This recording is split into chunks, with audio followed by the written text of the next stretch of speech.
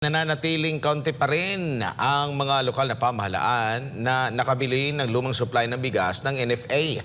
Ayon mismo ito sa pamunuan ng National Food Authority. Ito ang ibabalita ni Creselyn Catarong. Nagbigay ng update ang National Food Authority o NFA ukol sa pakikipag-ugnayan nito sa mga lokal na pamahalaan para mapabilis ang pag-pull out ng rice stocks sa mga warehouse nito. Ayon kay NFA Administrator Larry Lacson, patuloy na tumatanggap ang ahensya ng inquiries at letters of intent mula sa mga LGU at kino-coordinate nila ito sa Food Terminal Incorporated o FTI. Nabatid na ibinenta ng NFA ng palugi ang bigas sa halagang 33 piso kada kilo sa mga LGU na maaari sanang ibenta sa publiko sa presyong 35 piso kada kilo. Nasa 150,000 metriko tonelada ng bigas ang target na maibenta sa mga LGU at government-owned and controlled corporations o GOCCs sa loob ng 6 na buwan. Katumbas ito ng 150 milyong kilo ng bigas.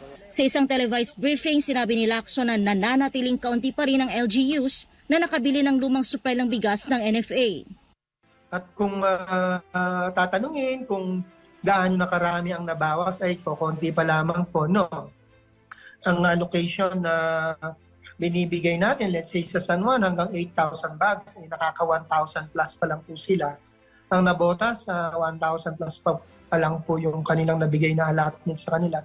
Kaya naman patuloy na nananawagan ng NFA sa LGUs na sana'y bilisan ng bilhin ang lumang supply ng bigas na ito para mapakinabangan ng mga Pilipino. Sinasabing sa kabila ng Food Security Emergency Declaration ng pamahalaan ay mabagal pa rin daw ang partisipasyon ng mga LGU dito. Ani Lacson, dahil din ito sa iba't ibang hamon na kinakaharap ng mga lokal na pamahalaan. Definitely, ng resolution, no, sa sanggunian nila. So, mostly mga mga procedural, no? Yan yung nakikita nating mga dahilan. Samantala, ibinahagi naman ng NFA ang iba pang hakbang nila para ma-decongest ang kanilang mga warehouse ngayong panahon ng anihan.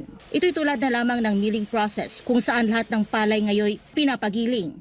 Pag yun nagiling lahat, 63% lang naman ang recovery sa milling. So, it will free up spaces, more or less mga 35% free up yan. So, yun yung mga ginagawa natin. Kasama rin sa hakbangin ng NFA ang paghahanap ng pribadong mga warehouse na maaaring upahan. May LGUs at co-ops din na handang magpahiram ng kanilang mga warehouse. Sa kabilang dako, wala pang natatanggap na feedback ang NFA mula sa Department of Agriculture tungkol sa hiling sa Commission on Elections na ma-exempt sa spending ban ang pagbebenta ng NFA rice ngayong campaign period at nalalapit na eleksyon. Para sa Diyos at sa Pilipinas kong mahal, Creselyn Catarong, SMNI News.